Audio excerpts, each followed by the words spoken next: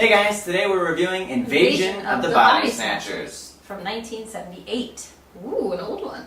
This is a remake from the 50s version. Invasion of the Body Snatchers is about alien, spore things that come to Earth. They're little guys, and they grow as plants, and eventually take over our bodies. And then from these pods, you guessed it, come pod people.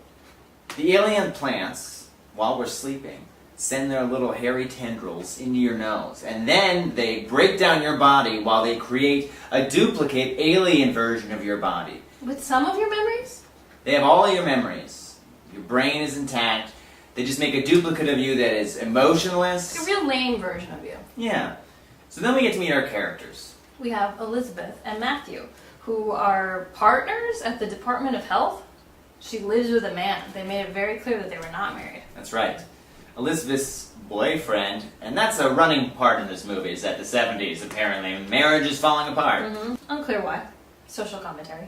But Matthew, her partner at work, is clearly in love with her. He's played by Donald Sutherland, and I feel like the acting is great throughout this entire movie. He has some friends named Jack and his wife Nancy. Who runs a bathhouse. Real gross. I would not go there. You know, weird, muddy, gross bathhouse. These are real, but it's still gross. It's like if you went to the basement from Saw and sat in a tub of mud, and then you're a fat guy, and this girl comes and rubs your belly. It's like that. It's exactly that. And also, they're all mutual friends, Leonard Nimoy.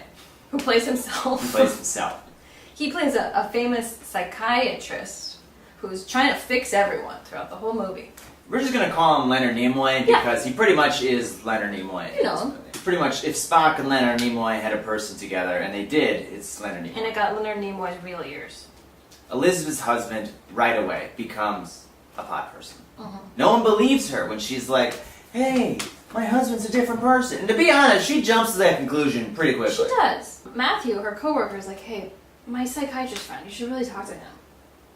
He'll fix you, little lady. Women are confused about things. Yeah, women need help from men to understand their emotions. So they go to him being Leonard Nimoy.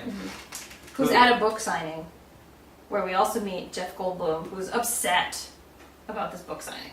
He's a poet?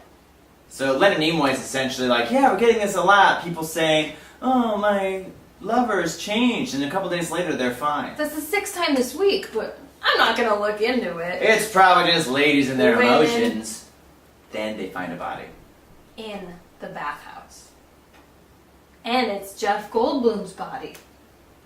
And he's like, what? I'm not, but I can't. That's, huh?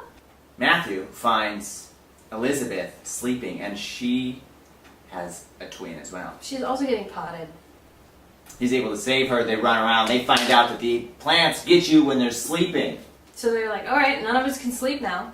The rest of the movie is them trying to escape the town, which is now mostly, if not all, pod people. Everyone who has seen this happen has now convinced Matthew that this is a problem. And Jeff Goldblum's wife Nancy has another conspiracy theory. Of course, this is just the same way those rocket ships landed thousands of years ago so those spacemen could mate with monkeys and apes and create the human race. Is that also happening? Sequel. They eventually find out that they can just fake like they're the aliens if they just show no emotion.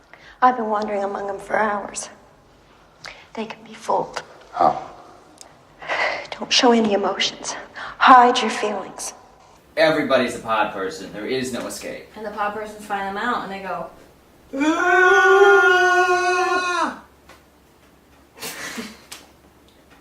Eventually, it's down to just Matthew. Even his lover, Elizabeth, who at one point we thought might have been the main character of the movie, dies.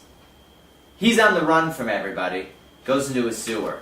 Cut to a scene of him walking through the city. you think he might be normal? He runs into Nancy, who they were separated from a long time ago. She's like, Matthew, it's me, which is dumb on her part, because, other people could be around. Yeah. Anyway, he sees her, and he's like, That's right, the movie ends on a downer. The aliens win, everybody. They, at the very least, took that entire town and killed all of our beloved characters. But the suggestion is they're gonna win. they're shipping off pods to, other parts of the world, too. Yeah. And all you gotta do is fall asleep. And the world is doomed.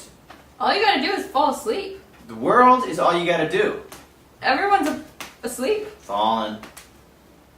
I like this movie. I think it holds up. The special effects in this movie are surprisingly good for the movie made in the 70s. Yeah.